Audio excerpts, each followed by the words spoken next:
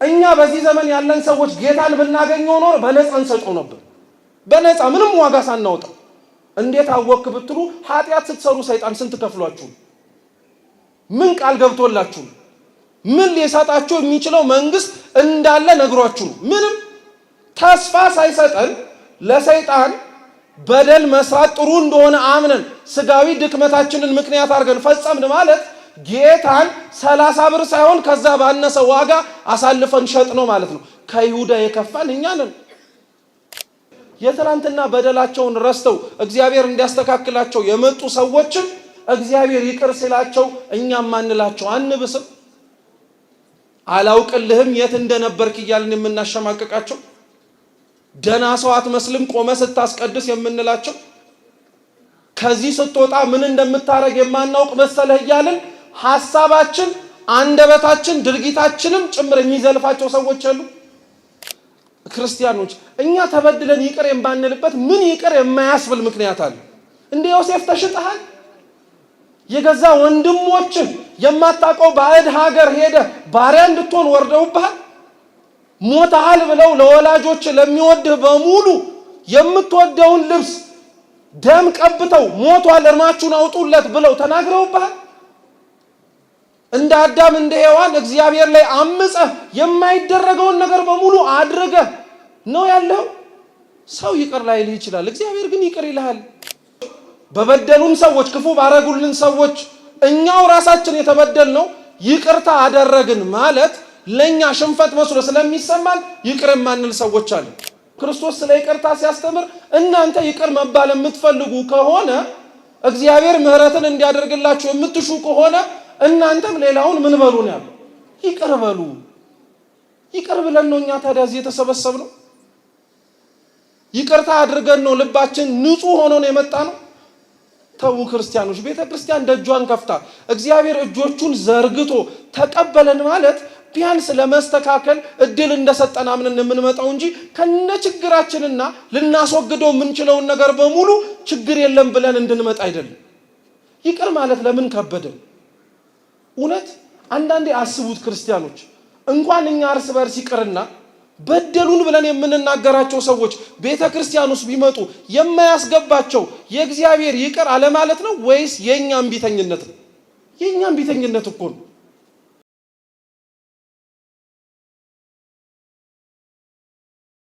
ቤተክርስቲያን እኮ ደጇን አንድም እንዳይዘጋ እንደው ክፉ ዘመን ደርሶ ነው እንጂ ድሮ ሲነገር በታሪክ ቤተክርስቲያን ቅጥር ራሱ የላትም። ታውቃላችሁ? ቅጥር ማለት አጥር ለማለት አይደለም። በር መዝጊያ የላትም። ሁሌም በሯ ክፍት ነው። ምክንያቱም ማንኛውም ሰው መጠለል መቻል አለበት። ለዛ እኮ ነው ቤተክርስቲያን ስትጠራ ራሱ አንደኛዋ መጠሪያዋ ምስካየ ሕዙናን ነው የምትባለው። እስኪ ምስካየ ሕዙናን በሉ። የሐዘንተኞች መጠለያ ማለት ነው። ማን ያላዘናል? ማን መጥቶ ቤተክርስቲያን መጠለል የማይፈልጋል? ከፍቷችሁ መጣችሁ የቤተክርስቲያን ደጅ ሲዘጋ አይከብድም? መንበርከክ ፈልጋችሁ ሰዓት አልፏል ተብሎ ሲቆለፍባችሁ ክፈቱልኝ ብላችሁ አትማጸኑ? አይገርማችሁም? እንደዚህ ቤተክርስቲያኑ ሲዘጋብን የምናሳየውን የጸጸት ስሜት እኛ ለሌሎች ቤተክርስቲያን እንዳይገቡ እንደ አጥር በር የቆለፍንባቸው ሰዎች ስላለን እንዳይገቡ እንዳይገኙ ከተገኙም እንዲወጡ የምንሞክራቸው ሰዎች አሉ።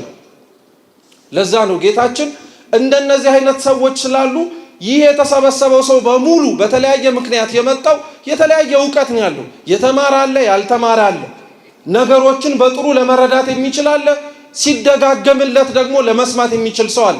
አንዱ ምሳሌ የሚጠቀመው ለዚህ ነበር። በተለይ ለመረዳት አቅማቸው ደካማ የሆኑ ሰዎች እነሱ እንዲረዱ ለዛ ነው በባህላቸው በሚያውቁት ነገር ሴቶቹን በእርሾ ወንዶቹን በዘር ወይም በገበሬ ያስተምር የነበረው ክርስቶስ ለነሱ ቅርብ በሆነውና ሊረዱት በሚችሉት ነገር እንዲያውቁት ነው።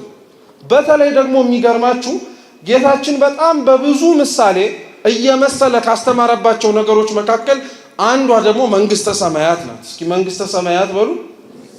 አዎ መንግስተ ሰማያት በወንጌል እንኳን ብትመለከቱ በጣም ብዙ ምሳሌ ነው ያላት ክርስቶስ ሲያስተምርባት።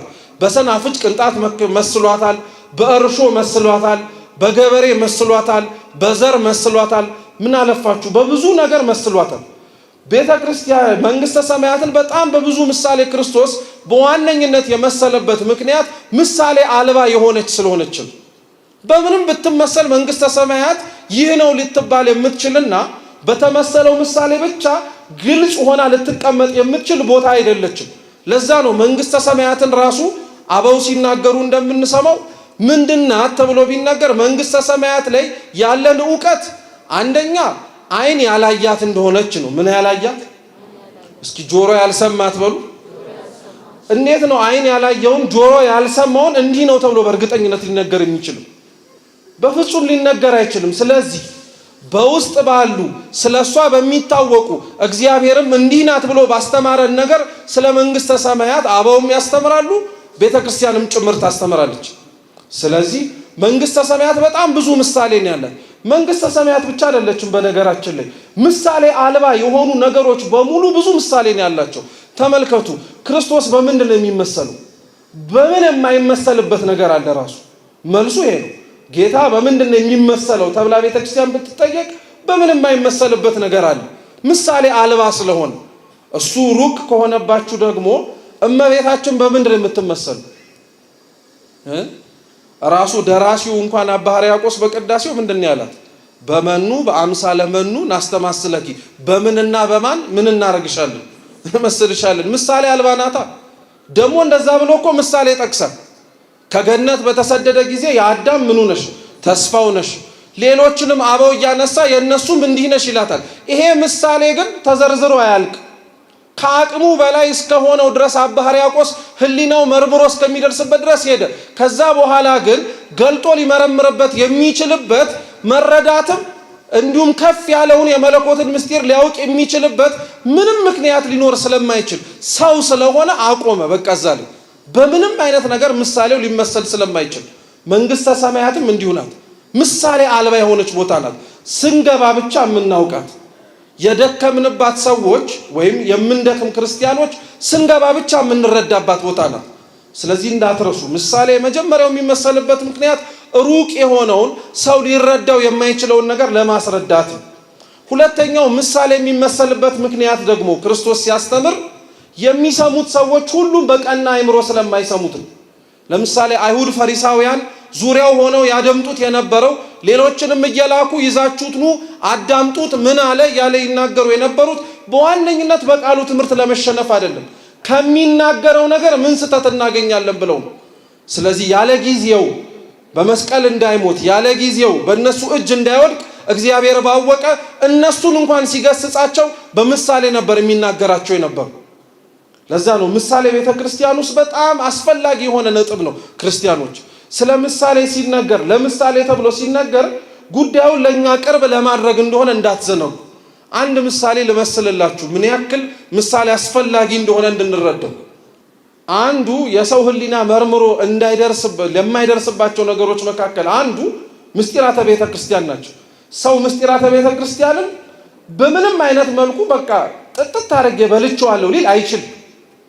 በፍጹም ረቂቅ ስለሆነ ማለት ነው። ረቂቅ የሆነውን እነዚህን የቤተ ክርስቲያን ምስጢራት ሰው የራቀውን ቀርቦ ለመረዳት እንዲያመቸው የምንጠቀምበት ምሳሌ ነው። ትላንት የተማራችሁትን ልተውና ከምስጢረ ሥላሴ ቀጥሎ ስላለው ስለ ምስጢረ ሥጋዌ እንዴት ምሳሌ አስፈላጊ እንደሆነ ላሳያችሁ። የምስጢረ ሥጋዌ ዋነኛ አስኳል ትምህርት አምላክ ሰው ሆነ ነው። ማን ሰው ሆነ? አምላክ ሰው ሆነ ነው። ስለ አምላክ ሰው መሆን ቤተ ክርስቲያን ደግሞ ስትናገር እንዲህ የምትለው ከላይ ሳይጎድል በሉ እንጂ ከታች ሳይጨመር አምላክ ሰው ሆነ። እንዴት? እስኪ እንዴት አስቡት። ከላይ ሳይጎድል ከታች ሳይጨመር እንዴት አምላክ ሰው ሆነ ተብለን እንጠየቃለን። አንደኛው ማወቅ ያለብን ነገር የአምላክ ሰው የመሆን ምስጢር የሚደነቅ ነው እንጂ የሚመረመር አይደለም። የሰው ህሊና ቢያወጣው ቢያወርደው የሚደርስበት አይደለም። እንደማይደርስበት አውቆ አድንቆ ያከብረዋል እንጂ እንኳን የሰው ህሊና ይቅርና ከላይ ሳይጎድል ከታች ሳይጨመር ከኛ እንኳን በአፈጣጠር የሚለዩት ረቂቃን የሆኑት ቅዱሳን መላእክት እንኳን በእመቤታችን ጀርባ ታዝሎ በላይ በሰማያት ከአብ ከመንፈስ ቅዱስ ጋር ሲሰለስ ሲቀደስ አምላካቸውን ሲያዩት ስቡህ ብቻ ነው ያሉት። በቃ እጹብ ድንቅ ስቡህ ምስጉና ብቻ ነው ያሉት። እነሱ እንኳን ሊመረምሩት አይችሉም። ታዲያ እንዴት ነው ቤተክርስቲያን ከላይ ሳይጎድል ከታች ሳይጨመር የሚለውን የአምላክን ሰው የመሆንን ምስጢር የምታስረዳው ብትሉ በምሳሌ ነው። በምን ያለ? በፀሐይ። ለምሳሌ ፀሐይን ተመልከቷት። ፀሐይ 3 ነገሮች እንዳላት ሁላችሁም ታውቃላችሁ። ሙቀት፣ ብርሃንና ክበብ። ብዙ ጊዜ ላይ ፀሐይ ክበብ እንዳላት ትኩረት አንሰጥም እንጂ ከወሰኗና ከተገደበላት ውጪ አታበራም። ሙቀት አላት፣ ግለቷ ያንን ያሳያል። እኛም ብንፈልገው ለአምላክ ሰው መሆን ለማሳየትና ለማስተማር ብርሃኗን ብቻ ነው። ምንዋን አልካችሁ? ብርሃኗን ብቻ። የፀሐይ ብርሃን ፀሐይ ስትወጣ የሚበራው የት ነው? ሰማይ ነው መሬት ላይ ነው? በሉ እንጂ ሰማይ ነው መሬት ነው የሚያበራው? መሬት ላይ። ስለዚህ ፀሐይ ስትወጣ መሬት ላይ ካበራች ሰማይ አይታይም፣ ጨለማ ነው ማለት ነው። እንደዛ ነው ያላችሁ መሬት ላይ ነው የምታበራው እኮ አላችሁ። እሺ ደግሜ ልጠይቃችሁ፣ ፀሐይ ብርሃኗን የምታበራው የት ነው? ሰማይ ላይ ነው መሬት ላይ ነው? ሰማይ ላይ። ስለዚህ ሰማይ ላይ ካበራች ደግሞ ምድሩ ጨለማ ነው ማለት ነው። ኧረ ተው። ፀሐይ የምታበራው የት ነው? በሰማይ ነው በመሬት ነው? እስኪ በሁለቱም በሉ። በሁለቱም ነው የምታበራው። ብርሃኗ በሰማይም አለ በምንም ጭምር አለ፣ በምድርም ላይ አለ። በፀሐይ ያለው ብርሃን ወደ መሬት ሲወርድ መጉደል የለበትም። በመሬት ያለው ብርሃን ደግሞ ከላይ ስለወረደ እዚህ የሚጨመር ነገርም የለም። የፀሐይ ብርሃን ስትወጣ በላይ ሳትጎድል በታች ሳትጨመር ማብራት ከቻለች እንዴት እሷን የፈጠረው እግዚአብሔር በላይም ሳይጎድል በታችም ሳይጨመር ሰው መሆን አይችልም ተብሎ ሊነገርለት ይችላል? አሁን ምሳሌው ቅርብ አላረገውም? ታዲያ ዋነኛው ምሳሌ ያስፈልጋል የሚባለው ለዚህ ነው። ምስጢራትን ለማስረዳት፣ ስርዓትን ለማስከበር፣ ሌሎችም የቤተ ክርስቲያንን ትምህርቶች በምሳሌ የተዋቡ ናቸው። ይህንን መሰረትነት ያገኘነው ደግሞ ከክርስቶስ ነው። እኛ ትምህርታችንን ያነሳ ነው ጌታችን ኢየሱስ ክርስቶስ መስሎ ካስተማረባቸው ትምህርቶች መካከል አንዱ ነው።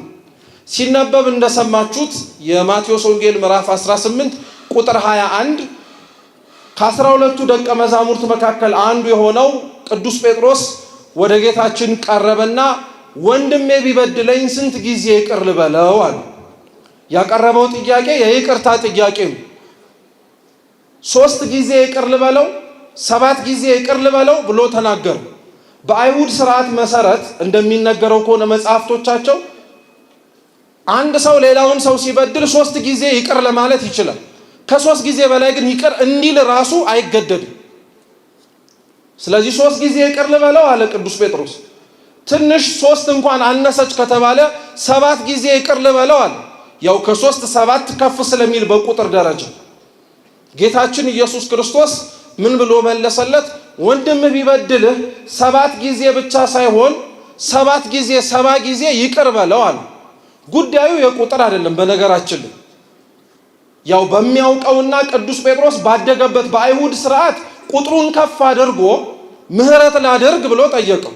ጌታችን ግን የመለሰለት መልስ ቁጥሩን ከፍ አድርገህ ይቅርታን በለመንክበት ልክ አይደለም ይቅርታ የምታረገው፣ 70 ጊዜ 70 ነው አለ። 7 ጊዜ 70 ነው አለ። ብታባዙት 490 ማለት ነው። ቆጥረህ 490 ጊዜ ይቅር ብለህ 491ኛው ላይ ግን ይቅር አለ ማለት ትችላለህ ለማለት አይደለም። ባጭሩ ተደጋጋሚ ይቅር ቢልህ እረፍት አልባ ሆነ አንተም ተደጋጋሚ ቢበድልህ አንተ ይቅር ለማለት አትዘግይ ለማለት ነው። እና ክርስቶስ ተደጋጋሚ ሲበደል ተደጋጋሚ ይቅርታ ለማለት እንዲረዳው የሚያስችለውን ትምህርት ለቅዱስ ጴጥሮስ በምሳሌ አስረዳው። ምን አለ? መንግስተ ሰማያት ባሮች ያለው ባሮቹንም የሚያስተዳድር ንጉስ ይመስላል አለ። ምን ይመስላል? ንጉስ። የቀደመው የግሪኩ መጽሐፍ በነገራችን ላይ ንጉስ ብቻ ብሎ ያስቀምጠው። ንጉስ ሰው ብሎ ነው የሚማረው። ምን አልኳችሁ? ንጉስ ሰው ነው የሚለው ግን ከጊዜ ወደ ጊዜ እየተተረጎመ ሲመጣ ግን ሰው የሚለው ወጣና ንጉስ የሚለው ቀረ። ምንም ችግር የለው፣ ምስጢር አያፋልስም በነገራችን ላይ። ነገር ግን ንጉስ ሰው የሚለው አስፈላጊነቱ ግን በኋላ ላይ ታሪኩ ሲተረክ የታሪኩ የመጨረሻው የምሳሌው መርገፍ የሆነው ፍጻሜው ላይ እንዲረዳ ተብሎ ብቻ። ግን ጌታችን ኢየሱስ ክርስቶስ ያንን ንጉስ አነሳለትና በምሳሌ መስሎ ማስተማር ጀመረ። ያ ንጉስ ባሮች ነበሩት አለ። ከባሮቹ መካከል እልፍ የተበደረው ሰው ነበር አለ። እልፍ ማለት 10,000 ማለት ነው። አሁን 10,000 ለኛ ቀላል ይመስላል እንጂ በጊዜው ሮማውያን በነበሩበትና እስራኤልም ቀኝ በተገዛችበት ዘመን 10,000 ማለት በጣም መጠን አልባ የሆነ በጣም ከፍተኛ ብር ነው። በተለይ ደግሞ በሩቅ ምስራቅና በቅርብ ምስራቅ ባሉ ሀገራት ላይ 10,000 ማለት በጣም ጣሪያ የነካ ለኛ ቢሊዮን ትሪሊዮን ብለን እንደምንጠራው ሰው ሊቆጥረው የማይችል በጣም ከፍተኛ ገንዘብ ነው። 10,000 የምላችሁ በድሮ እና 10,000 ብር ተበደረው፣ በእኛ ቋንቋ ብር እንበል ተበደረውና ተበድሮ እዳውን የሚከፍልበት ጊዜ ላይ ግን እዳውን ለመክፈል አልቻለም። ስለዚህ ያ ንጉስ አንድ ሰው እዳውን ሳይከፍል ሲቀር ሊደረግ የሚገባውን ነገር አደረገበት። ምን አለው? እዳህን መክፈል የማትችል ከሆነ እንግዲያውስ ባለትዳር ነህ፣ ልጆች አሉ፣ እዳህን ባትከፍልም ሀብት አለኝ ብለህ የያዝካት ትንሽ ነገር ትኖርህ ይሆናል። እየሰማችሁ ነው? ሀብት አለህ ብለህ የያዝካት ትንሽ ነገር ትኖራለች። እሷን በሙሉ ይሸጥና እዳውን እኮ አይከፍልም። እንደው ስሙ በደንብ እዳውን አይከፍልም፣ ግን ሁሉም ይሸጥና ወደ እኔ ይግባ፣ ቢያንስ እንኳን ካለ መክፈል ጥቂት ነገር መያዝ ይሻላል ብሎ ያ ንጉስ እንደዚህ ሲል ባሪያው ወደቀና ተንበርክኮ ጌታዬ ሆይ ታገሰኝ፣ ሁሉንም እከፍልሃለሁ አለ። እስኪ ጌታዬ ሆይ በሉ። ታገሰኝ፣ ምኑን እከፍልሃለሁ? ሁሉንም እከፍልሃለሁ አለ። እና ያ ንጉስ ወድቆና ተንበርክኮ የሚለምነውን ያንን ሰው በተመለከተ ጊዜ ላይ አዘነለት፣ ራራለት። እዳውን ሊከፍል የማይችል መሆኑን ከሚያሳያቸው ነገሮች ተመለከተ። ስላዘነለትና ስለተቆረቆረ ምን አደረገ? ምህረት አደረገለት፣ ተወለት ሁሉን ነገር። እሺ ይቅር ብዬሃለሁ አለ። ይሄ ግን አላቆመም። ወዲያውኑ ጌታችን ያ የተማረው ሎሌ ደግሞ ሌላ እሱ በስሩ ያለ ሎሌ እንዳለ አድርጎ ታሪኩን ማስተማር ቀጠለ። ያ ሎሌን ተመለሰና ሌላ በስሩ የሚያገለግለውን አንዱን ሰው አመጣና ወዲያውኑ ሲያገኘው 100 ብር ዕዳ ነበረበትና ክፈለኝ አለ። 100 ብር ዕዳ አለብህ ክፈለኝ አለ። ክፈለኝ ብቻ ግን ብሎ አላቆመም። አነቀውና አንገቱን ካልሰጠኸኝ ብሎ ተገዳደረው። የዚህን ጊዜ ላይ ያ ሰው አሁንም እባክህ ታገሰኝ እከፍልሃለሁ አለ። ግን የመጀመሪያው ሎሌ ንጉሱ ያሳየውን ምህረት ለሁለተኛው እሱ በጥቂቱ ተበድሮት ሊከፍለው ላልቻለው ለሌላኛው ሎሌ ሊያሳየው አልቻለም። ወደ ወህኒ እንዲወርድ አደረገው። እና ሌሎች ይሄንን የሚያዩ የሱ የንጉሱ ሌሎች ባለሟሎች፣ አሽከሮች፣ ገረዶቹ በጣም ተገረሙ። ምክንያቱም እሱ ሲማር አይተውታል። እሱ ይቅርታ ሲያገኝ ተመልክተውታል።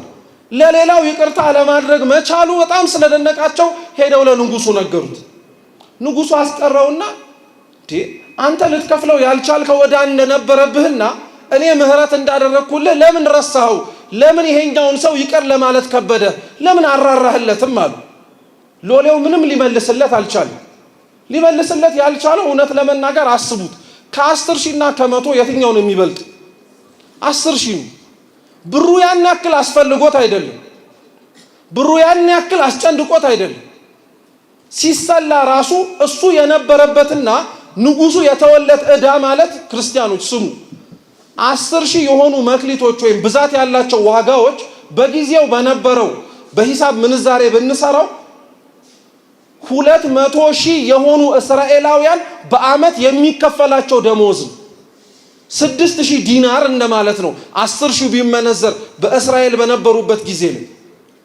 ይሄንን ያክል የተማረለት እሱ ደግሞ ጠይቆ ያልተመለሰለት 100 ነው። እንደው ብታሰሉት እንኳን ምናልባት ለወራት ወይ ለሳምንታት ያለ ክፍያ ሊሆን ይችላል። እንዴት ልትምረው አልቻልክም አሉ። እና ያ ንጉስ ያኛው ሎሌ ለሌላኛው ያሳየውን ጭካኔ እንዲያውቀው ስለፈለገ ትላንትና የማረውን ምህረት አስቀረለትና እሱን ወደሚቃጠለውና ጥልቅ ወደ ሆነው ቦታ አስገቡት ብሎ ተናገረ። ጌታችን ይሄንን ለቅዱስ ጴጥሮስ የተረከለት ታሪክ እርሱ ምህረት ለማድረግ የጠየቀበትን ልክ እንዲያውቀው ስለፈለገ ንጉስ እየተባለ የንጉስ ሰው እየተባለ በግሪኩ ደግሞ የሚጠቀሰው ጌታችን ኢየሱስ ክርስቶስ ነው።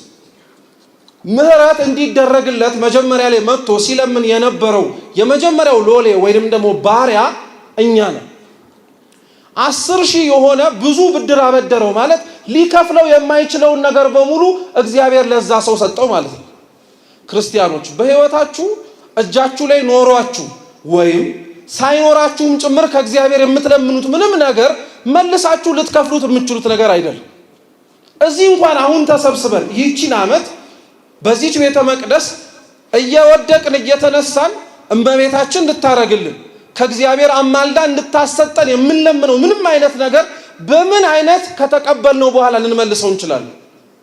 በምንም አይነት እውነቱን ልንገራችሁ እግዚአብሔር ስላረገልን እያንዳንዷን ነገር ብድራቱን መልሱ ብንባል መመለስ አንችልም። ተመልከቱት፣ ሌላውን ተውት። ሳንለምን እንኳን የተቀበልናቸውን ነገሮች ብድር ሆነው ክፈሉባቸው ብንባል መክፈል አንችልም። ለምሳሌ ይሄ ሁላችንም እርስ በርስ የምንተያይበት አይን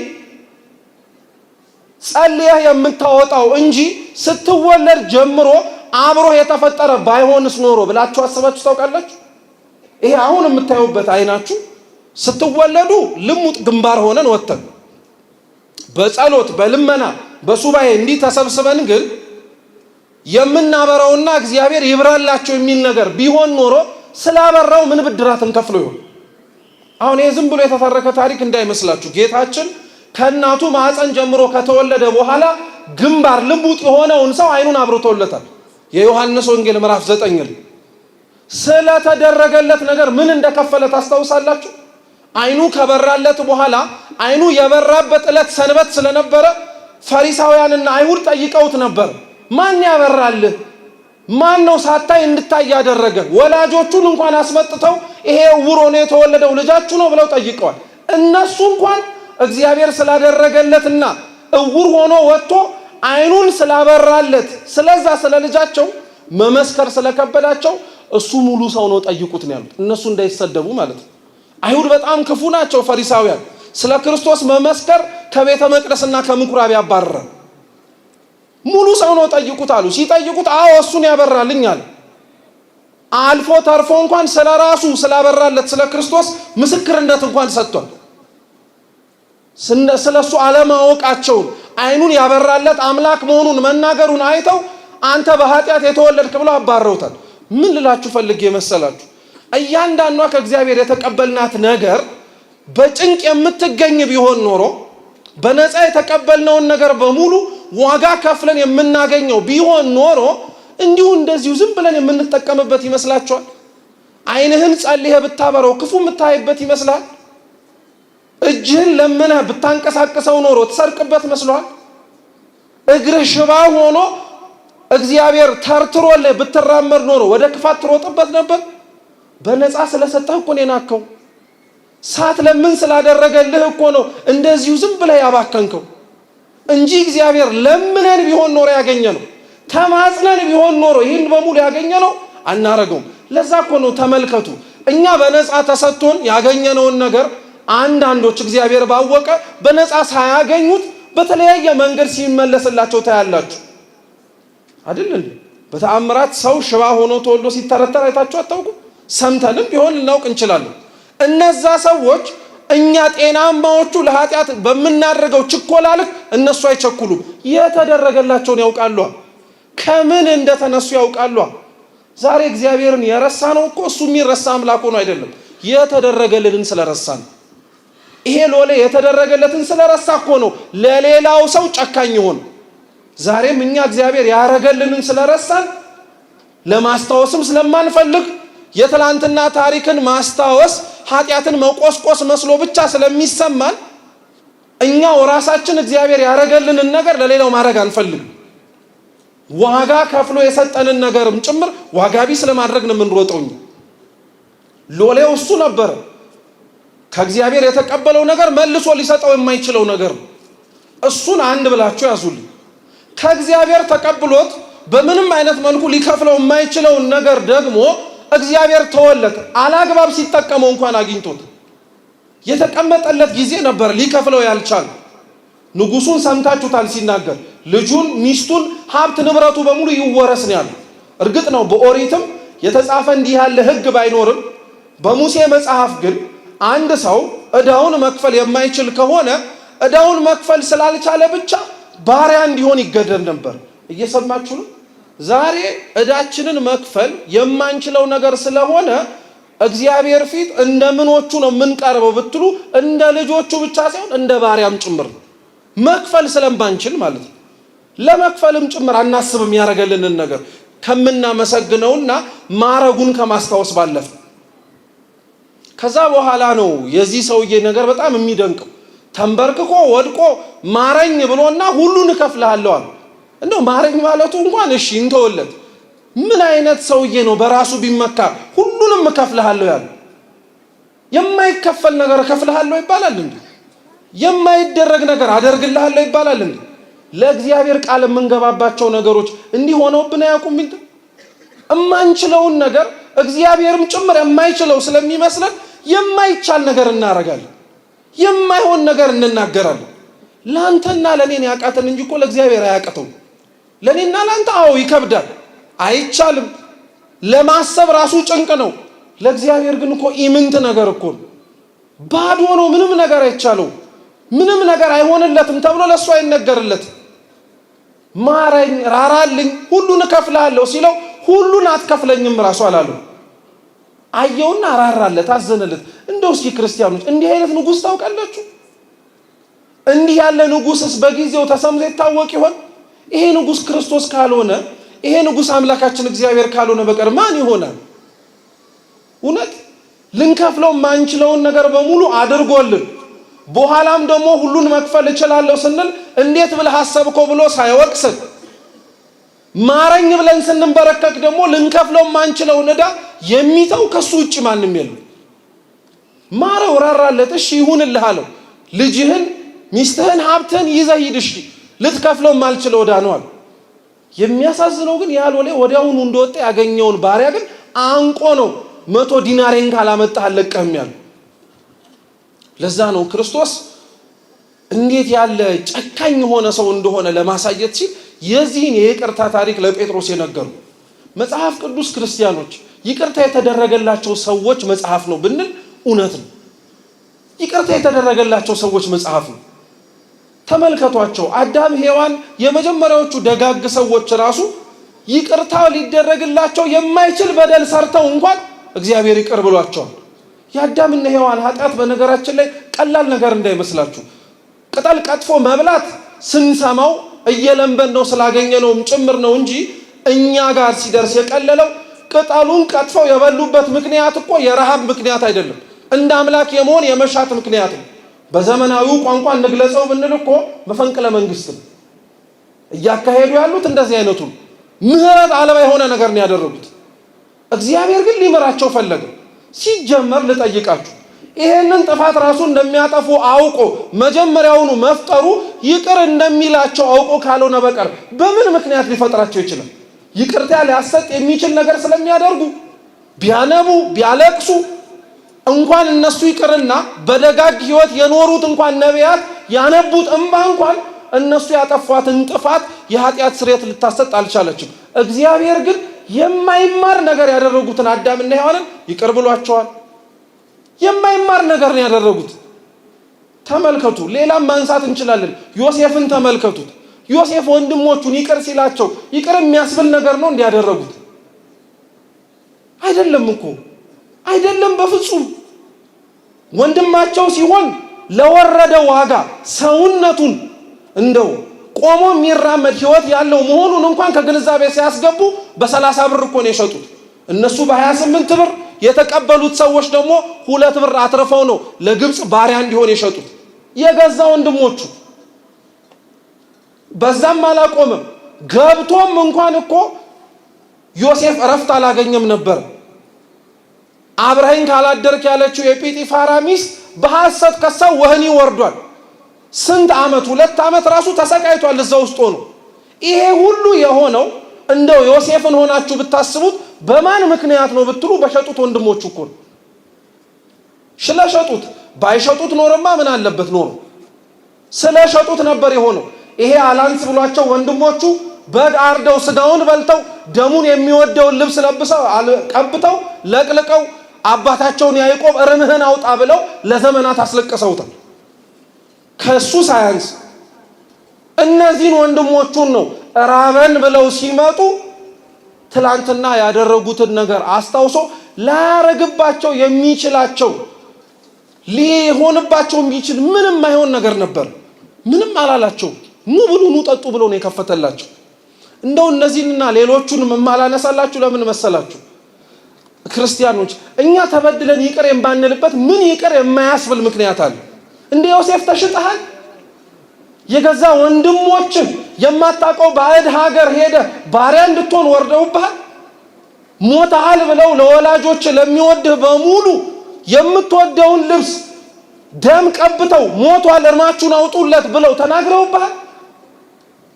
እንደ አዳም እንደ ሔዋን እግዚአብሔር ላይ አምፀህ የማይደረገውን ነገር በሙሉ አድርገህ ነው ያለው።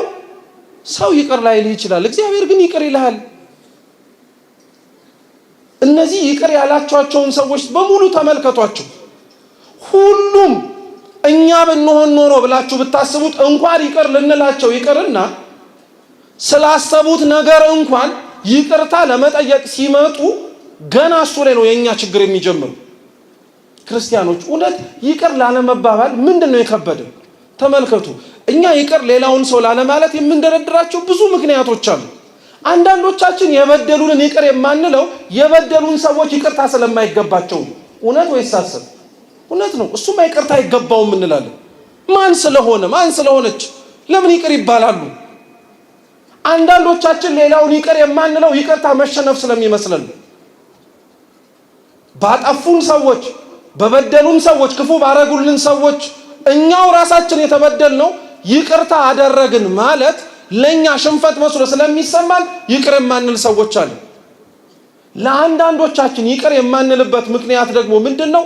ያቆሰሉንን ቁስል እያስታወስን ስለሚጠዘጥዘን ከቁስሉ ጥዝጣዜ ያላነሰ እነሱን ምህረት ማድረግ መልሶ ሌላ ጠባሳ ስለሚመስልን ለሁላችንም ይቅር ላንልበት የምንችልበት ሺህ የምንዘረዝራቸው ምክንያቶች አሉ። ክርስቶስም እንዲሁ ነው። ተመልከቱት። አብረውት ይከተሉት የነበሩትን ሰዎች የሰቀሉትን ሰዎች አብረውት እንኳን ሲውሉ ሲያድሩ የነበሩትን ሐዋርያት ስላጠፉት ብዙ ምክንያቶች ይቅር ላይላቸው የሚችልበት ብዙ ምክንያት ማንሳት ይችል ነበረ። ተመልከቱ። ጸሐፊው እንኳን ወንጌሉን የጻፈው ማቴዎስ ይቅር ላይባልበት የሚችል ምክንያት ነበር። ማቴዎስ ቀራጭ እኮ ነው። ቀራጭ ማለት በዘመናዊ ቋንቋ ግብር ሰብሳቢ ነው። በዘመኑ ቀራጭነት ሙያ ብቻ አይደለም። ለሮም መንግስት ገንዘብ ሰብስቦ መስጠት፣ ለራሳቸውም ኪስ ደግሞ የሚበቃቸውን ህዝቡን እያስጨነቁ ግብር ነው እያሉ መቀበል ነበር።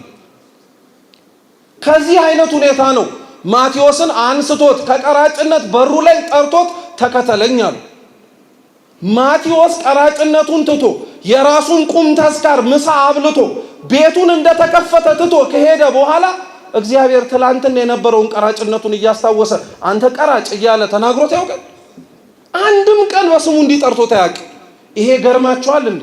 አሳልፎ እንደሚሰጠው እያወቀ ከናንተ መካከል አንዳችሁ ትሸጡኛላችሁ እያለ እሱ እንዲነቃ ሌሎች ወንድሞቹን እንኳን ሲያስደነግጣቸው የነበረውን ይሁዳን እንኳን አላስደነገጠው። አንተ ነው አሳልፈ የምትሸጠኝ ብሎ ጣቱን አልጠቆመበትም። ስለነዚህ ሰዎች ታሪክ ስንሰማ ተደጋጋሚ ስናደምጥ እኛ እነሱ እንሆን ብላችሁ ጠይቃችሁ ታውቃላችሁ? ከይሁዳ የከፋን እኮ ነን እኛ። እውነቴን ነው የምላችሁ፣ በእውነት ከይሁዳ የከፋን ነን እኛ። እንደውም ለአንድ ሊቅ ምን አለ መሰላችሁ? በጊዜው ይሁዳ ክርስቶስን የሸጠው በ30 ብር ነው። እኛ በዚህ ዘመን ያለን ሰዎች ጌታን ብናገኘው ኖር በነፃ እንሰጠው ነበር። በነፃ ምንም ዋጋ ሳናወጣ። እንዴት አወክ ብትሉ ኃጢአት ስትሰሩ ሰይጣን ስንት ከፍሏችሁ? ምን ቃል ገብቶላችሁ? ምን ሊሰጣችሁ የሚችለው መንግስት እንዳለ ነግሯችሁ? ምንም ተስፋ ሳይሰጠን ለሰይጣን በደል መስራት ጥሩ እንደሆነ አምነን ስጋዊ ድክመታችንን ምክንያት አድርገን ፈጸምን ማለት ጌታን 30 ብር ሳይሆን ከዛ ባነሰ ዋጋ አሳልፈን ሸጥ ነው ማለት ነው። ከይሁዳ የከፋን እኛ ነን። ማቴዎስ የትላንትና ኃጢአቱን ትቶ የተመለሰ ሰው ነው። ቀራጭነቱን ረስቶ በዛም አልተወነጀልም። የትላንትና በደላቸውን ረስተው እግዚአብሔር እንዲያስተካክላቸው የመጡ ሰዎችን እግዚአብሔር ይቅር ሲላቸው እኛም ማንላቸው አንብስም? አላውቅልህም የት እንደነበርክ እያልን የምናሸማቀቃቸው፣ ደና ሰው አትመስልም ቆመ ስታስቀድስ የምንላቸው፣ ከዚህ ስትወጣ ምን እንደምታረግ የማናውቅ መሰለህ እያልን ሐሳባችን አንደበታችን ድርጊታችንም ጭምር የሚዘልፋቸው ሰዎች አሉ። ማቴዎስ የትላንትና ቀራጭነቱን አይደለም ክርስቶስ ሲጠራው ያየው የነገ ሐዋርያ መሆኑን ነው። ጳውሎስን ሲመለከተው ሲጠራው የትላንትና አሳዳጅነቱን አይቶ አይደለም ምርጥ ቃነቱን ተመልክቶ ነው። ታዲያ ክርስቲያኖች ምን ሆነን ነው እኛ ሌላውን ይቅር ላንልበት የምንችል ምን በቂ ምክንያት አግኝተን? እኛን ከበደሉን በላይ እግዚአብሔርን አልበደሉትም እኚህ ሰዎች? እኛስ ሌላውን በደልን ከምንለው በላይ እግዚአብሔርን አላሳዘን ነው? በደንብ አድርገን ተመልከቱ ክርስቲያኖች። ሌላውን ሰው ይቅር ላለ ማለት አክርረን የምናጠብቀው ገመድ እግዚአብሔር እኛን ይቅር እንዳይለን የምናስረው ገመድ ነው። ሌላውን ሰው ይቅር ለማለት የምንፈታው ገመድ እግዚአብሔር እኛን ይቅር እንዲለን የምንፈታውም ጭምር ነው። በቃ አጭር እኮ ነው። ክርስቶስ ስለ ይቅርታ ሲያስተምር እናንተ ይቅር መባል የምትፈልጉ ከሆነ እግዚአብሔር ምህረትን እንዲያደርግላችሁ የምትሹ ከሆነ እናንተም ሌላውን ምን በሉ ነው ያለው? ይቅር በሉ። ይቅር ብለን ነው እኛ ታዲያ እዚህ የተሰበሰብነው? ይቅርታ አድርገን ነው ልባችን ንጹህ ሆኖ ነው የመጣ ነው? ተው ክርስቲያኖች፣ ቤተክርስቲያን ደጇን ከፍታ እግዚአብሔር እጆቹን ዘርግቶ ተቀበለን ማለት ቢያንስ ለመስተካከል እድል እንደሰጠን አምነን የምንመጣው እንጂ ከነችግራችንና ልናስወግደው የምንችለውን ነገር በሙሉ ችግር የለም ብለን እንድንመጣ አይደለም። ይቅር ማለት ለምን ከበደን? እውነት አንዳንዴ አስቡት ክርስቲያኖች፣ እንኳን እኛ እርስ በርስ ይቅርና በደሉን ብለን የምንናገራቸው ሰዎች ቤተክርስቲያን ውስጥ ቢመጡ የማያስገባቸው የእግዚአብሔር ይቅር አለ ማለት ነው ወይስ የኛም ቢተኝነት ነው? የኛም ቢተኝነት እኮ ነው። ሁሉንም አስቧቸው። ክፉ አረጉብን የምትሏቸውን ሰዎች ሁሉንም ምን ክፉ ያደረጉብን ነገር አለ? ሁሉንም አስቡት። እኒህን እግዚአብሔር ይቅር እንዲላቸው የሚያስፈልገው መጠጋት ብቻ ነው። ለነሱ ማረኝ ብሎ መናገር ነው። ለነሱ ሲነሱ እግዚአብሔር አምላክ ምህረት መያዣ ነው። እንዴት አወክ ብትሉ ዛሬ በስንክሳራችን ታስበው ከሚውሉ ቅዱሳን መካከል አንዷ ቅድስት አትናሲያ ናት። በረከቷ ለሁላችን ትድረሰን። ቅድስት አትናሲያ የትላንትና ህይወቷ በጣም ጥሩ ነበር። እየመጸወተች ለሊቃነ ጳጳሳት እያበላች ለካህናት እያበላች እያጠጣች በረከት ትዝቅ የነበረች ሴት ነበረች። የቀን መጣያው አይታወቅምና ክፉ ገንገጠማት። ክፉ የሆኑ ሰዎች ቤቷ ገፍተው ክፉ ምክር መከሯት። ተለወጠች ወዲያውኑ። ትላንት ትሰጥ የነበረው ትመጸውት የነበረው መልካም የሆነችው አትናሲያ ዘማዊ ሆነች። ትላንትና የሚያቋት ሰዎች በሙሉ በክፋቷ ምክንያት ሲርቁ ስለ ክፋቷ ብለው ደግሞ ብዙ ሰዎች ቀርቧት። ይሄ የጽድቅ ስራዋ መቋረጡን በገዳም ውስጥ ያሉ አበው ሰሙና አባ ዮሐንስ አጼር ከገዳሙ ተመረጠና አንተ ሄደህ ለዚህ ተልኮ ይህቺ ነፍስ እንድትነቃ ምከር ተብሎ ተላከ። ጸሎት ተቀብሎ ወጣ። ቤቷን እንደ ሴተኛ አዳሪ ቤት አድርገው ሌሎች ሰዎች እየከፈሉ አብሯት ሰውነቷን እየሸጠች የምትኖር ሴት ስለነበረች እሱም መጥቶ ሲቆም ማንም ሰው እንደሚመጣው የሚስተናገድ ስለመሰላቸው ሄዳችሁ ለእመቤቷ ንገሯት መምጣቴን አሉ። እሷም ሽቷን ነስንሳ አልጋዋን አነጥፋ ለዝሙት የሚመቻትን ነገር በሙሉ አድርጋ አልጋዋ ላይ ተኛች። አባ ዮሐንስ አጺር ገባ። ተቀመጥ አለችው። ተቀመጠ። ስቅስቅ ብሎ ማልቀስ ጀመረ። ምን ነው አላት። ምን ነው የትላንትና ጽድቅሽ የት ሄደ? ምን ነው እግዚአብሔርን ትላንትና ያደረገልሽ ነገር በሙሉ የት ጠፋ ብለው ተናገራት። ወዲያውኑ ልቧ ተሰበረ። ወዲያውኑ ተደነገጠች። የት ያውቀኝ ይሆን ብላየች። አያችሁ፣ ትላንትና መጥቶ እሱ የሚፈልገውን ሌላው ሰው የሚፈልገውን ነገር በሙሉ አድርጎ ከመሄድ ባለፈ ስለ ነፍሷ ግድ ያለው አንድም ሰው አልነበር። ዛሬም እውነት ልንገራችሁ ክርስቲያኖች፣ ስለ ሌላው ነፍስ አብዛኞቻችን ግድ አይለንም። የኛ ጸሎት ይሰማ፣ እኛ እግዚአብሔር ይቅር ይበለን፣ ራሴ በግል ማለት ነው እንጂ ሌላው ይቅር ይባል አይባል፣ ሌላው ምህረት ያገኝ አያገኝ። በጣም እኮ ነው የምናሳዝነው። እንደ ሀገር እንኳንና እንደ ክርስቲያን እንደ ቤተ ክርስቲያን የመጣብንን ችግር እንኳን እያየን አብረን ምህረትን አንደምንም። እኛ ብቻ መማር ነው የምንፈልገው። ተምረህ የት ልትሄድ ነው? ብቻህን መንግስተ ሰማያት ልትገባ? እናትህ፣ አባትህ፣ ወገን ዘመድ አብረውት የቆረቡት ተሰጦ የመለሱት ሌሎች ነፍሳት አይገዱህም? አያሳስቡህም እነሱ?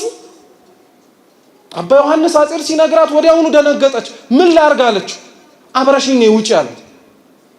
ማቄን፣ ልብሴን፣ ጨርቄን የትላንትና ኃጢአቴን ይቅር ይለኝ ይሆን አይለኝ ብላ ሳታስብ እኛኮ ኑ እንኳን ስንባል ይምረኝ ይሆን አይሆን የሚል የማስተባበያ ጥያቄ እንኳን እናቀርባለን።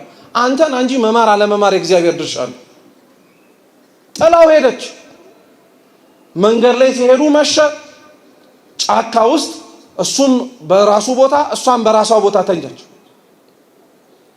አባ ዮሐንስ አጼር ማለዳ ሲነሳ ነፍሷ የለችም፣ ሙታለች። ምንም ሊያደርግ አይችልም። ተመልሶ ወደ ገዳሙ ሄደ። በገዳም ያሉት አበው ግን ምን አሉት መሰላችሁ? ከማን ጋር ነበረ ትላንት ያደርከው አሉት። አትናሲያን ይዣት መጥቼ ከኃጢአቷ አስትቻት ጫካ ውስጥ ነበር የተኛቸው። አይገርምህም አሉት። አንተ የተኛህበት ጫካ ላይ ከምድር እስከ ሰማይ የተዘረጋ መሰላል የሰማይ መላእክት ሲወጡ ሲወርዱ አይተን ነበራል። ለማን? ለአትናሲያ። እግዚአብሔር ይቅር አላት ሲሉ፣ አዎ ገና ትታው ስትወጣ ነው ምህረት ያደርግላታል። ትተን ስንመጣ ምህረት የሚያደርግልን አምላክ እንደሆነ አትጠራጠሩ ክርስቲያኖች። ችግሩ እኛ ትተው የመጡንን ሰዎች ምህረት አለማድረጋችን። ደስ ይላል አይደል? እግዚአብሔር ምህረት አደረገላት ሲባል ከንፈር ያስመጥጣል ያስብላል አይደል? አንተ ምህረት ያላረክለት ሰው አያሳዝንም? ያንተን ይቅርታ ደጅ እየጠና ማረኝ የሚለው ሰውስ ልብ አያሳዝንም? እግዚአብሔር እንዲምረን መማማር አለብን። እውነቴን እንምላችሁ ዘመናችን ይቅርታን ከሚናገረው ይልቅ ጥላቻን መንዛት ስለለመደበት እኛም ተጸናወትን። ሰው ይቅርታ ልናረግለት ከሚገባው ነገር ይልቅ ምህረት ላንዳረግለት የምንችልበትን ምክንያት በደማቅ ቀለም ነው የምንጽፈው። ሊያው በደማቅ ቀለም። እስኪ ስለ ሰው ደግ የምታስታውሱት ነገር አለ? ምን ቢባል ሊያውም የበደሉን ጥሩ ሰው ነበረ እኮ ብለን የምንጀምር። የትላንትና ነገሩን ከመናገር ይልቅ የዛሬ የሰራውን ነገሩን መናገር እንፈልጋለን። ይቅርታችን በብዙ ነገር ታጠረ ክርስቲያኖች። ሁሉም ከላይ እስከታች ያለው በደለ እንላለን። እሺ ታዲያ ይቅርታው ከየት ይጀምር? ከሆነ ቦታ ካልጀመረ እያለን አሁንም እየጠበቅን ነው። እኛ ምን አለበት ይቅርታ ብንል? እኛ ምን አለበት ምህረት ለማድረግ ብንሄድ? ከኛ መካከል ከፍ ማለትን የሚጠላ ማንም የለም፣ ዝቅ ለማለት ግን የሚወድ ማንም የለም ጭምሩ። እና ቅዱስ ጴጥሮስ ራሱ ጠያቂውን ራሱ ይዩት እስኪ።